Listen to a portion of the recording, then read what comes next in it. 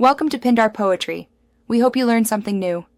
In this video, I will explain how to make a public neighborhood in Bloxburg. First, let's plan your vision. Think about a unique theme and layout that will attract players. Consider what community buildings, like parks or cafes, you want to feature.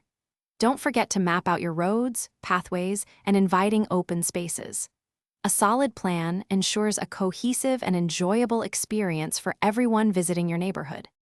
Now, let's lay the groundwork for your neighborhood. Begin by constructing the main roads and connecting pathways to define the area.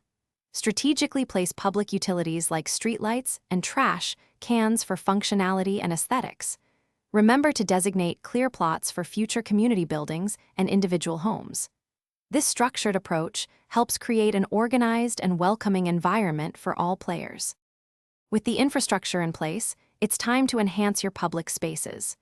Build engaging community buildings such as a vibrant park, a cozy cafe, or a functional library.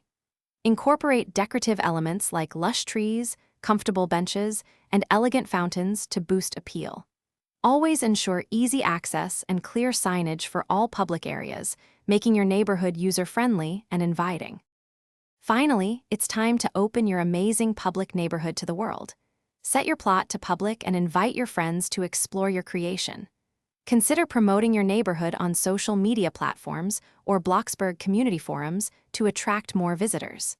Remember to check the description below for a link to a fantastic book that can truly change how you think about money, along with other great deals. Enjoy watching your neighborhood thrive. Thanks for watching. Consider subscribing if we helped you.